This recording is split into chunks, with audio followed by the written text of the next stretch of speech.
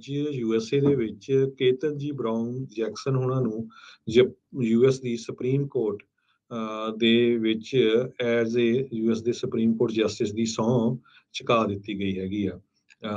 ਇਹ ਪਹਿਲੇ ਕਾਲੇ ਮੂਲ ਦੀ ਲੇਡੀ ਹੋਊਗੀ ਜੋ US ਦੇ ਸੁਪਰੀਮ ਕੋਰਟ ਦੇ ਵਿੱਚ ਹੋਣਗੇ। ਜੈਕਸਨ 51 ਸਾਲਾਂ ਦੇ ਆ, 116ਵੇਂ ਮੈਂਬਰ ਹੋਣਗੇ ਜਸਟਿਸ ਸੁਪਰੀਮ ਕੋਰਟ ਦੇ ਜੱਜਾਂ ਦੇ ਵਿੱਚ ਜੇ ਗਿਣਿਆ ਜਾਵੇ।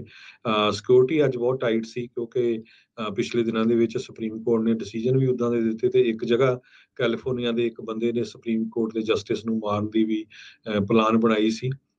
ਸੋ ਇਹਦੇ ਸੰਬੰਧ ਦੇ ਵਿੱਚ ਕੇਤਨਜੀ ਬਰਾਊਨ ਜੱਜ ਉਹਨਾਂ ਨੇ ਇਹ ਕਿਹਾ ਵੀ ਮੈਂ ਆਪਣੇ ਦਿਲ ਤੋਂ ਪੂਰੀ ਰਿਸਪੌਂਸਿਬਿਲਿਟੀ ਲਵਾਂਗੀ ਤਾਂ ਕਿ ਮੈਂ ਸਪੋਰਟ ਤੇ ਡਿਫੈਂਡ ਕਰ ਸਕਾਂ USA ਦਾ ਜੋ ਕੌਨਸਟੀਟਿਊਸ਼ਨ ਹੈਗਾ ਬਿਨਾਂ ਕਿਸੇ ਡਰ ਤੋਂ ਤੇ ਬਿਨਾਂ ਕਿਸੇ ਫੇਵਰ ਤੋਂ। ਇਹ ਉਹਨਾਂ ਨੇ ਕਿਹਾ। ਪਿਛਲੇ ਅਪ੍ਰੈਲ ਮਹੀਨੇ ਦੇ ਵਿੱਚ ਜੱਜ ਬਰਾਊਨ ਉਹਨਾਂ ਦੀ ਕਨਫਰਮੇਸ਼ਨ ਹੋਈ ਸੀ। 53 ਜਾਣੇ US ਦੀ ਸੈਨੇਟ ਵਿੱਚ ਸੈਨੇਟਰਸ ਹੱਕ ਵਿੱਚ ਸੀ, 47 ਸੈਨੇਟਰਸ ਜਿਹੜੇ ਵਿਰੁੱਧ ਸੀਗੇ ਤੇ ਕਹਿੰਦੇ ਵੀ ਉਹ ਪਹਿਲਾਂ ਵੀ ਜੱਜ ਐਜ਼ ਏ ਜੱਜ ਉਹ ਜੌਬ ਕਰਦੇ ਸੀ। ਕਹਿੰਦੇ ਵੀ ਮੈਂ 10 ਸਾਲ ਲਗਭਗ ਜੱਜ ਐਜ਼ ਏ ਜੱਜ ਜੌਬ ਕੀਤੀ ਆ ਤੇ ਉਸੇ ਤਰ੍ਹਾਂ ਮੈਂ ਆਪਣੀ ਜੌਬ ਆ ਜੋ ਵਧੀਆ ਤਰੀਕੇ ਦੇ ਨਾਲ ਕਰੂੰਗੀ।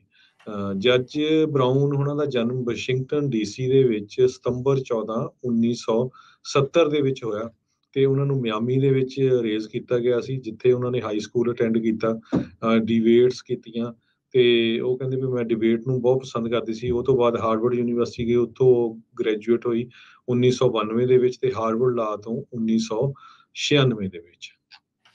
ਜੀ ਬਿਲਕੁਲ, ਇਹ ਇਤਿਹਾਸਕ ਦਿਨ ਜਿਹੜਾ ਇਹ ਰਿਹਾ ਨੋਮੀਨੇਸ਼ਨ ਤੋਂ ਲੈ ਕੇ ਅੱਜ ਜਿਹੜੇ ਸਹੁੰ ਚੁੱਕਣ ਤੱਕ ਇਹ ਪਹਿਲੀ ਵਾਰੀ ਜਿਹੜਾ ਉਹ ਦੇਖਿਆ ਗਿਆ। ਪਹਿਲੀ ਵਾਰੀ ਇੱਕ ਪ੍ਰੋਸੀਕਿਊਟਰ, ਪਬਲਿਕ ਪ੍ਰੋਸੀਕਿਊਟਰ ਉਹ ਸੁਪਰੀਮ ਕੋਰਟ ਦੇ ਜਸਟਿਸ ਦੇ ਅਹੁਦੇ ਦੇ ਉੱਤੇ ਪਹਿਲੀ ਕਾਲੇ ਮੂਲ ਦੀ ਔਰਤ ਜਿਹੜੀ ਆ ਉਹ ਜਸਟਿਸ ਦੇ ਅਹੁਦੇ ਦੇ ਉੱਤੇ ਜਿਹੜੇ ਉਹ ਪਹੁੰਚੇ ਆ। ਉਧਰ ਸੁਪਰੀਮ ਕੋਰਟ ਦੇ ਵਿੱਚ ਅੱਜ ਕੁਝ ਅਹਿਮ ਫੈਸਲੇ ਜਿਹੜੇ ਉਹ ਵੀ ਆਏ Harjot Singh ji.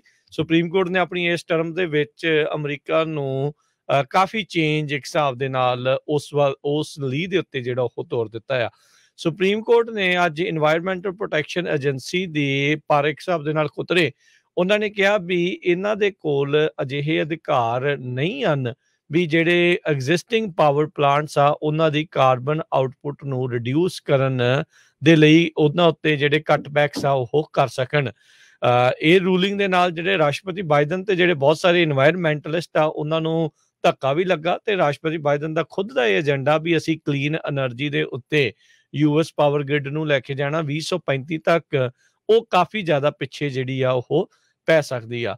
Republican lead status ਨੇ EPA ਦੀ ਉਸ ਅਥਾਰਟੀ ਦੇ ਉੱਤੇ ਪ੍ਰਸ਼ਨ ਜਿਹੜੇ ਉਹ ਚੁੱਕੇ ਸੀਗੇ ਵੀ ਕੀ EPA ਦੇ ਕੋਲ ਅਜਿਹੇ ਅਧਿਕਾਰ ਹੈਗੇ ਨੇ ਕਲੀਨ ਏਅਰ ਐਕਟ ਦੇ ਤਹਿਤ ਵੀ ਜੋ ਕਿ ਇਹ ਐਗਜ਼ਿਸਟਿੰਗ ਪਾਵਰ ਪਲਾਂਟਸ ਆ ਜੋ ਕਿ ਕੋਲੇ ਦੇ ਨਾਲ ਚੱਲ ਰਿਹਾ ਵੀ ਉਹਨਾਂ ਦੀ ਕਾਰਬਨ ਆਊਟਪੁੱਟ ਨੂੰ ਰਿਡਿਊਸ ਕਰਨ ਦੇ ਲਈ ਹੋ ਸਕੇ।